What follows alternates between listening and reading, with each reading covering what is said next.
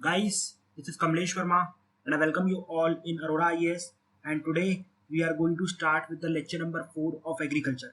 Fine. और पिछले lecture में हमने ग्रीन रेवोल्यूशन को डिस्कस कर लिया था. फाइन. और आज हम ये डिस्कस करने वाले हैं कि भाई जो ग्रीन रेवोल्यूशन ईस्टर्न इंडिया में सक्सेसफुल क्यों नहीं हो पाया. ठीक है, ईस्टर्न इंडिया में सक्सेसफुल क्यों नहीं हो पाया. तो सबसे पहला क्वेश्चन तो आपके दिमाग में ये आना चाहिए कि भाई ग्रीन रिवॉल्यूशन को एक्चुअली में ईस्टर्न इंडिया में सक्सेसफुल होना ही क्यों था. ठीक है, पहले आपको ये समझना पड़ेगा. So let us study something about geography. ठीक है, थोड़ा बहुत ज्योग्राफी देखते हैं, उसके बाद आपको समझ में आएगा. देखो, आप सब जानते हैं कि फ्लड प्लेन्स के बारे में. ठीक है, फ्लड प्लेन्स के बारे में आप सब जानते हैं कि भाई फ्लड प्लेन्स के दो फीचर्स होते हैं. सबसे पहला फीचर ये होता है फ्लड प्लेन का कि जो हमारे फ्लड प्लेन्स होते हैं उसमें जब डिपोजिशन चालू होता है. ठीक है, अगर आपने नहीं पढ़ा तो पढ़ लेना, बट यहाँ पर थोड़ा बहुत मैं आपको इंसाइट दे रहा हूँ फ्लड प्लेन्स का. तो जो फ्लड प्लेन्स जैसे ही वो रिवर्स जो होती है डिपोजिशन चालू करती है, तो सबसे पहले जो क्वार्स और जो बड़े बड़े बोल्डर और ये सब रहते हैं उनका डिपोजिशन होता है. मतलब अगर मान लो रिवर यहाँ से जा रही है और डिपोजिशन करेगी, तो जो उसके सबसे हैवी पार्टिकल्स रहेंगे उनका डिपोजिशन सबसे पहले होगा. ठीक है, और इसलिए आप कह सकते हैं जो शुरू की जो डिपोजिशन रहती है उसकी जो सॉइल रहती है वो थोड़ी सी खराब रहती है. फॉर एग्जाम्पल अगर आप देखो यूपी हो गया, इसके बाद आप कह सकते हैं पंजाब वाला रीजन हो गया, वहां पर पहले डिपोजिशन हुआ. तो इन शॉर्ट यहाँ पर जो सॉइल है अच्छी है, ऐसी कोई डाउट नहीं है, but as compare to Bengal Bihar अच्छी नहीं है. क्यों? बिकॉज यहाँ पर जो गंगा का फ्लड प्लेन बनता है वो बाद का फ्लड प्लेन है. मतलब यहाँ पर जो बहुत ही स्मॉल पार्टिकल, मतलब सिल्ट जिसे आप कह सकते हैं, उसका डिपोजिशन होता है. तो यहाँ की जो सॉइल है, अगर आप नेचुरली भी देखेंगे तो यूपी की सॉइल एज कंपेयर टू हमारे बिहार की सॉइल, तो बिहार की सॉइल ज्यादा अच्छी है, बिहार की सॉइल ज्यादा अच्छी है. तो इन शॉर्ट जहाँ पर सॉइल अच्छी है वहां पर क्या होना चाहिए, वहां पर हमारा एग्रीकल्चर अच्छा डेवलप होना चाहिए. लेकिन अगर आप देखोगे एग्रीकल्चर कहाँ ज्यादा अच्छा डेवलप है, वो यूपी में डेवलप है. ठीक है, यूपी के साथ अगर आप देखो हमारे पंजाब साइड डेवलप है, हरियाणा साइड डेवलप है, but why not in Orissa वाले रीजन में, और आप कह सकते हैं बिहार वाले रीजन में, वेस्ट बंगाल वाले रीजन में, वहाँ क्या प्रॉब्लम है? क्योंकि नेचुरल भैया नेचुरल फैक्टर्स ये बोलते हैं कि असली डेवलपमेंट वहीं पर होना चाहिए था, लेकिन ऐसा नहीं होता है. ठीक है, ऐसा नहीं होता है. तो आप समझने की कोशिश करो ऐसा क्यों, ऐसा क्यों. ठीक है, इसलिए अब ये क्वेश्चन एक्चुअली आप मेंस में सीधा एक्सपेक्ट कर सकते हो कि भैया why green revolution didn't came in eastern part of India. ठीक है, अब इसके बहुत सारे रीजन है. सबसे पहला रीजन आप समझने की कोशिश करो, नेचुरल कैलेमिटी. ठीक है, सबसे पहला रीजन है नेचुरल कैलेमिटी. आप सब जानते हो जो उड़ीसा वाला रीजन है, वेस्ट बंगाल वाला रीजन है, यहाँ पर साइक्लोन की फ्रीक्वेंसी बहुत ज्यादा होती है. हर साल कोई ना कोई साइक्लोन आ जाता है. फॉर एग्जाम्पल लास्ट में अम्फान आया था, फिर ये आया, मतलब कोई ना कोई साइक्लोन यहाँ पर आके हर साल एक से दो साइक्लोन गिरती है. तो अल्टीमेटली यहाँ पर जो फसलें रहती है ना बहुत जल्दी खराब हो जाती है. और इसलिए अगर आप देखोगे यहाँ पर जो भी लोग रहते हैं वो एग्रीकल्चर को ज्यादा प्रेफर ही नहीं करते, बिकॉज जानते हैं फसल खराब हो जाएगी. Instead of that they prefer कि भाई जाके अपन फिशरीज कर लेते हैं. फिशरीज में ज्यादा फायदा है, बिकॉज बस कुछ टाइम के लिए ब्रेक लगता है, बाकी तो अगर आप देखें प्रॉफिट ज्यादा है. ठीक है, तो पहली चीज तो ये हो गई, नेचुरल क्लैमिटी अलाउ नहीं करती है. दूसरी चीज कि इनकी जो मैक्सिमम डिपेंडेंस है ना एग्रीकल्चर, जो मान लो बच्चे कुछ लोग जो एग्रीकल्चर करना भी चाहते हैं तो वहां पर इरिगेशन की फैसिलिटी नहीं है, अच्छे HYV सीड अवेलेबल नहीं हो पाते हैं. और अच्छे HYV सीड अवेलेबल है तो प्रॉब्लम ये है कि वो लोग बहुत बहुत ज्यादा पुअर है. तो बहुत ज्यादा पुअर है, जिसकी वजह से ये लोग इन सब में इन्वेस्टमेंट नहीं करते हैं. जब आप सोचो भैया आप इरिगेशन पे इन्वेस्टमेंट नहीं कर रहे हो, आप सीड्स नहीं दे रहे हो, सिर्फ मानसून पे डिपेंड है. अब मानसून तो आप जानते हो कितना इराटिक होने लगा है. कभी कभी बारिश हो रही है, 2 दिन में बारिश हो रही है, उसके बाद बारिश ही नहीं हो रही है. ठीक है, तो इस टाइप की कंडीशन होगी. तो अल्टीमेटली इस जगह पे भी हमारा जो एग्रीकल्चर है वो फलता फूलता नहीं है. इसके बाद अगर आप देखोगे तो मैं आपको ऑलरेडी बता चुका भैया, लोग कैपिटल इन्वेस्टमेंट, मतलब गवर्नमेंट अपनी तरफ से इन्वेस्टमेंट ही नहीं करती है, इरिगेशन में खर्चे नहीं करती है. फाइन. इसके बाद पॉलिटिकल और ब्यूरोक्रेटिक विल नहीं है. ठीक है, पॉलिटिकल और ब्यूरोक्रेटिक विल नहीं है, तो भैया हमारा आप कह सकते हैं एवरग्रीन पॉइंट है, कहीं पर भी छाप दो. मतलब अगर कुछ भी समझ में नहीं आ रहा ना, बस लिख दो पॉलिटिकल एंड ब्यूरोक्रेटिक विल नहीं है, इसके बाद रिसोर्सेस नहीं है, और मशीनरी अच्छे से काम नहीं करती, करप्शन है. ये 3-4 पॉइंट लिख दो, कॉजेस बन जाते, कोई भी काम कुछ नहीं कर रहा. ठीक है, तो ये कुछ एवरग्रीन पॉइंट है, इसको याद रखना, कहीं ना कहीं चिपका देना अगर मन करे तो. इसके बाद अब सिंपल सी बात है, यहाँ पर ना आपको बता दूं जो ईस्टर्न इंडिया है वहां पर कास्ट डिवीजन ना बहुत ज्यादा इंट्रेंस्ड है. इवन मैं आपको अपने रीजन बताता हूँ, आई बिलोंग टू मध्य प्रदेश. तो वहां पर एक रीवा करके गांव है. ठीक है, यहाँ से मतलब हमारे पापा भी बिलोंग करते हैं. तो अभी भी अगर आप देखोगे, मैंने आपको ऑलरेडी कई बार बताया कि ये हम लोग कई मतलब इस टाइम के जो बनिया तालाब यहाँ पर एक गाँव थे, वहाँ के कभी माल गुजार हुआ करते थे. ठीक है, मतलब कभी जमींदार हुआ करते थे, माल गुजार छोटे मोटे होते थे, मतलब एक छोटा सा गाँव बस हुआ करता हमारे पास.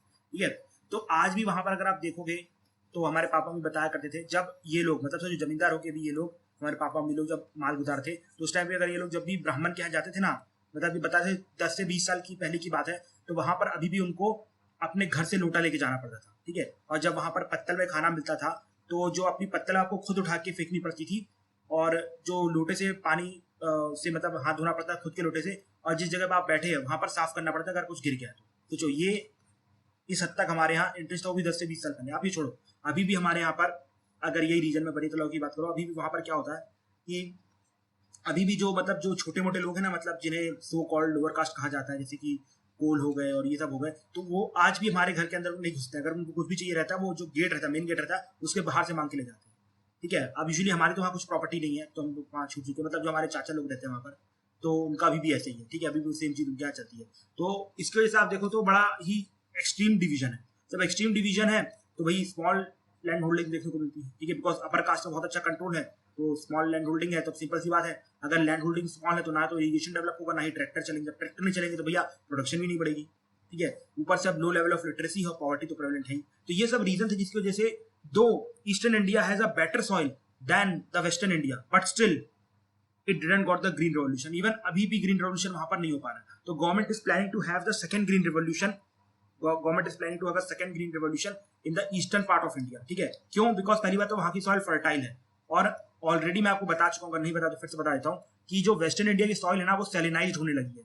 मतलब वहां से जो प्रोडक्शन है लगभग लिमिट हो गया, मतलब इससे ज्यादा नहीं बढ़ सकता, थ्रेशोल्ड आ चुकी है उसकी। आप कितना भी डालना है, आपको जितना खाद डालना, जो डालना डालो, प्रोडक्शन तो बढ़ेगी नहीं। ठीक है, तो ये लगभग फिक्स टाइप होने लगा। तो अल्टीमेटली ये चीज यहाँ पर रुक रही है। तो अब गवर्नमेंट का ये प्लान है कि भैया हम ईस्टर्न इंडिया में नया ग्रीन रेवोल्यूशन लेके आएंगे, और वो जो वहां पर ग्रीन रेवोल्यूशन आएगा वो बायोटेक्नोलॉजी के थ्रू आएगा। मतलब जो बीटी वाली क्रॉप्स होती है ना, जैसे बीटी कॉटन, बीटी ब्रिंजाल, इन सब का यूज किया जाएगा, बिकॉज ये सब काफी ज्यादा रेजिस्टेंट होती है, पेस्ट रेजिस्टेंस होती है, और जो भी इंसेक्टिसाइड रेजिस्टेंस होती है वह, और जो भी मतलब फॉर एग्जाम्पल क्लाइमेट जो चेंज हो रहा है उसके रेजिस्टेंस रहेंगे। तो अल्टीमेटली यहाँ पर जो किसान उसको खर्चा नहीं करना पड़ेगा। जैसे for example first green revolution created a large that means a large amount of inequalities. ठीक है, बहुत ज्यादा इनइक्वालिटीज क्रिएट हुई। ठीक है, जब ये जो इनइक्वालिटीज क्रिएट हुई तो उससे प्रॉब्लम ये हुई कि भाई देखो इनइक्वालिटी क्रिएट क्यों करिए, समझो। आपको पता है कि भैया फर्स्ट ग्रीन रिवोल्यूशन में इन्वेस्टमेंट बहुत ज्यादा थी, मतलब आपको ट्रैक्टर खरीदना है, अच्छे अच्छे सीड्स खरीदने, ये खरीदना, वो खरीदना, पेस्टिसाइड खरीदो, इरिगेशन अरेंज करवाओ। लेकिन बायोटेक्नोलॉजी वाले जो एग्रीकल्चर में ना, ये सब खर्चे ही नहीं होगा। एक क्रॉप को बस सीधे गाड़ देना है, वो पानी भी कम लेगी, क्लाइमेट रेजिस्टेंस भी रहेगी, पेस्ट रेजिस्टेंस भी रहेगी। तो अल्टीमेटली सिर्फ आपको देख रेख करनी है जैसे नॉर्मली चलता है। तो अल्टीमेटली इसलिए कहा जा रहा है कि ग्रीन रेवोल्यूशन यहाँ पर सक्सेसफुल होगा if it will be based on biotechnology. ठीक है, तो उसका गवर्नमेंट प्लान कर रही है ईस्टर्न इंडिया में। ठीक है, अब हम समझ लेते हैं कि भाई आपने तो अभी फार्म प्रोटेस्ट देख ही लिए होंगे।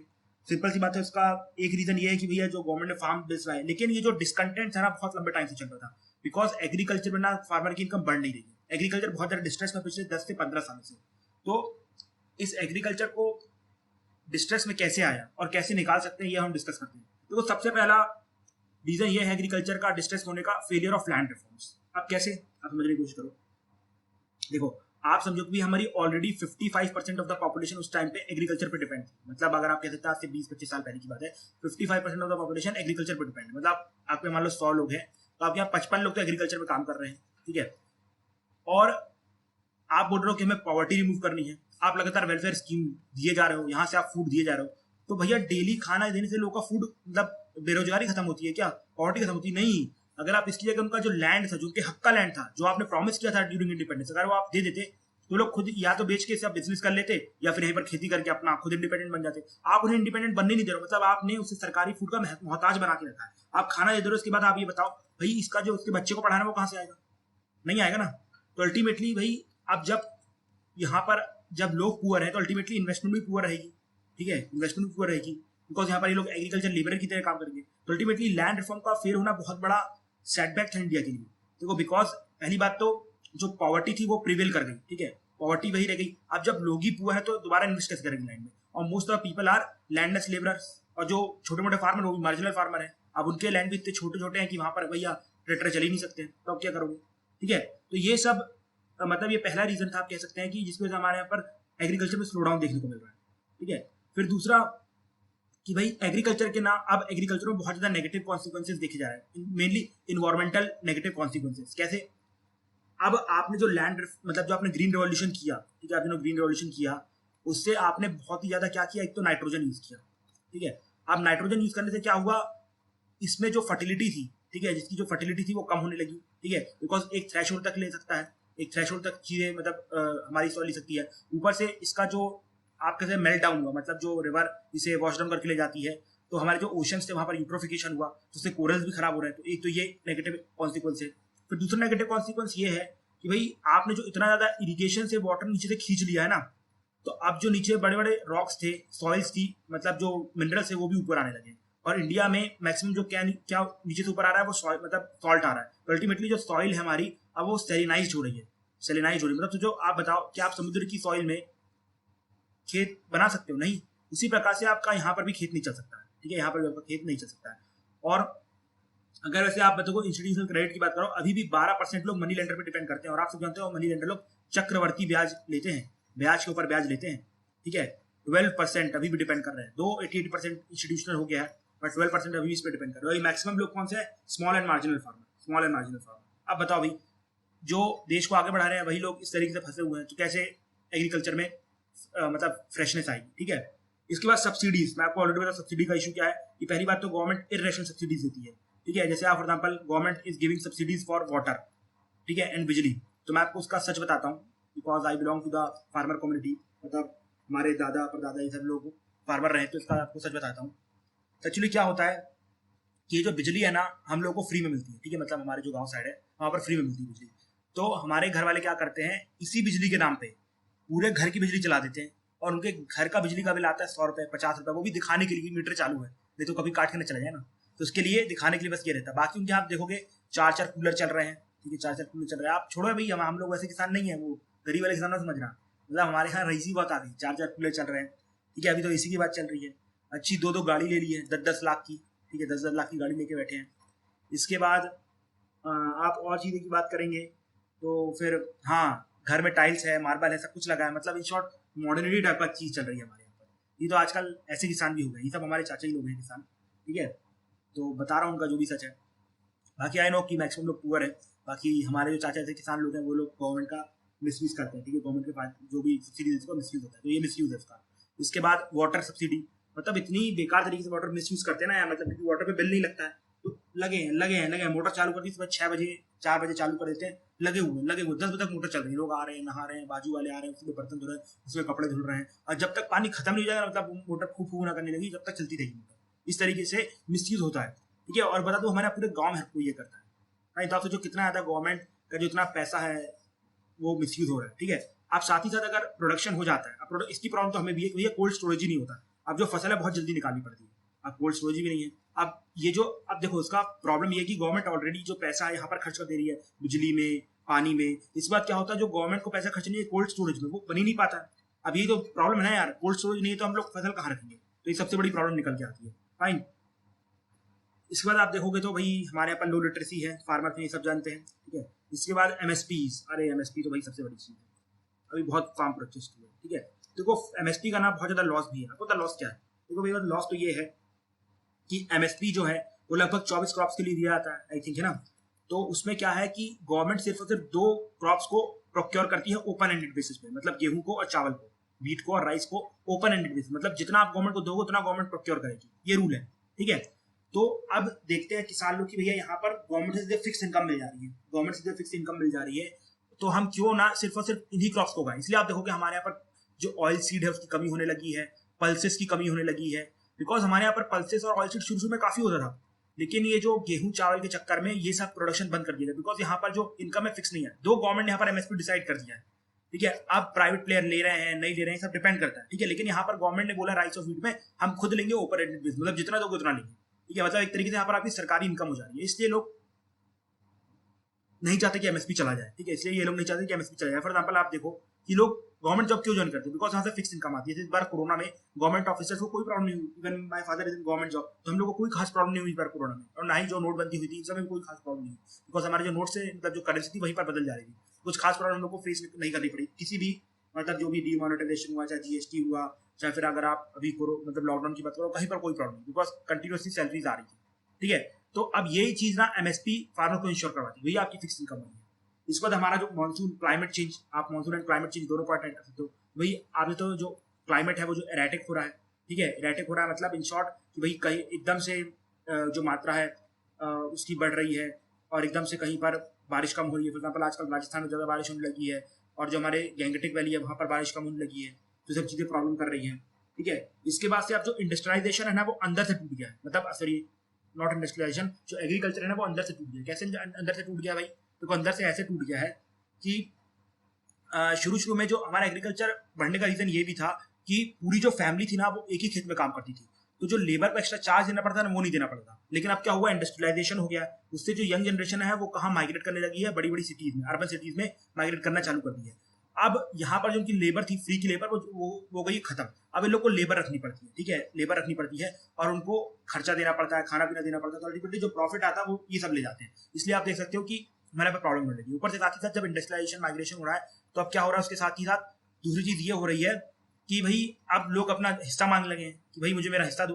तो जो इतना बड़ा लैंड हुआ करता था जिसमें अच्छे से खेती होती है, अब इसके 4 डिवीजन हो गए, 4 बच्चों में, लॉ एक्सपर्ट, ठीक है। तो ये भी चीज देखने को मिल रही है, फ्रेगमेंटेशन ऑफ लैंड हो रहा है। अब जब फ्रेगमेंटेशन होगा तो फिर ट्रैक्टर नहीं चलेंगे, जब ट्रैक्टर नहीं चलेंगे तो क्या नहीं होगा, प्रोडक्शन अच्छा नहीं बढ़ेगा, ठीक है। और साथ ही साथ नेट सोन एरिया भी बढ़ रहा है, जस्ट बिकॉज भाई अब लोगों की डिमांड बढ़ रही है, तो जो एग्रीकल्चरल लैंड है it is getting converted into the industrial land और द रेजिडेंशियल, ठीक है। सो